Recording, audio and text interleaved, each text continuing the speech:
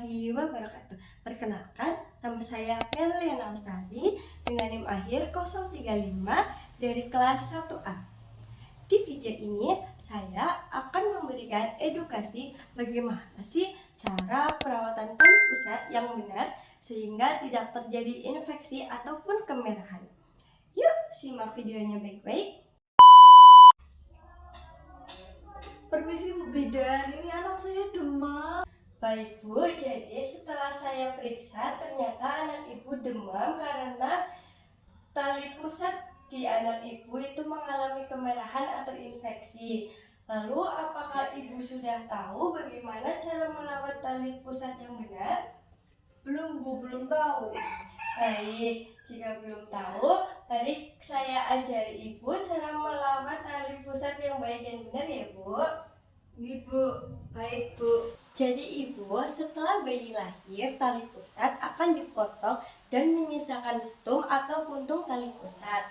Tali pusat akan pupuh atau mengering dan lepas dengan sendirinya setelah 5-12 hari.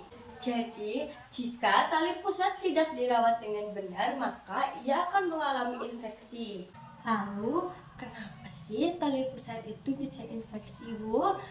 Yang pertama yaitu dikarenakan karena tali pusat basah atau lembab. Yang kedua, karena perawatan yang tidak bersih. Yang ketiga, karena terkena kotoran atau urin dari bayi.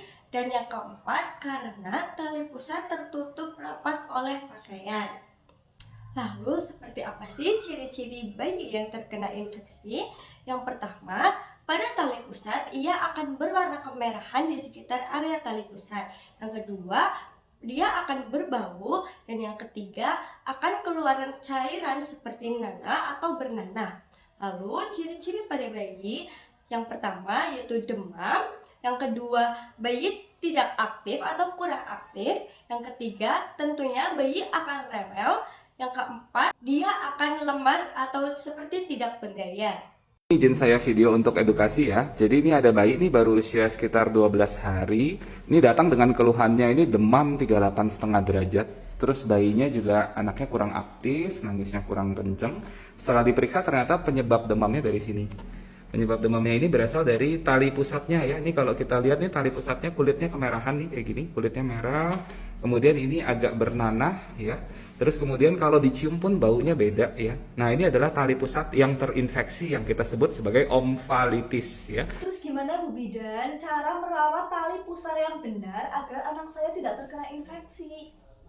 Nah, perawatan tali pusat yang benar yaitu dengan cara yang pertama, pastikan tangan kita bersih atau steril. Dengan cara apa? Dengan cara mencuci tangan.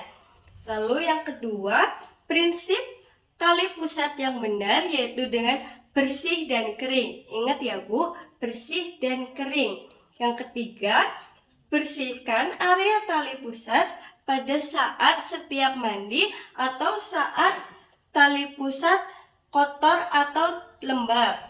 Yang keempat, pastikan tali pusat tetap terbuka seperti ini ya Bu.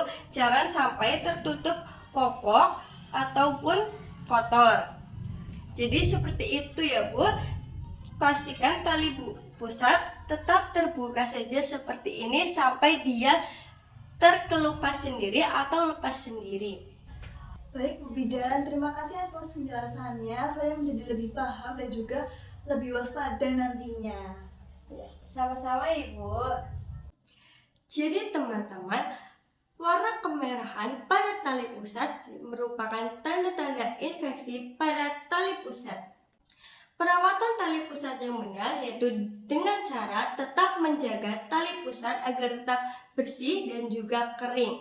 Jangan menggunakan bahan apapun seperti alkohol, betadin, bubuk-bubuk ramuan lainnya tanpa anjuran atau resep dokter. Jika terdapat tanda-tanda tersebut, segera konsultasikan kepada dokter ataupun bidan terdekat. Jadi teman-teman, itu dia video edukasi dari saya tentang pentingnya menjaga tali pusat agar tidak terjadi infeksi. Sekian dari saya, kurang lebihnya mohon maaf. Wassalamualaikum warahmatullahi wabarakatuh.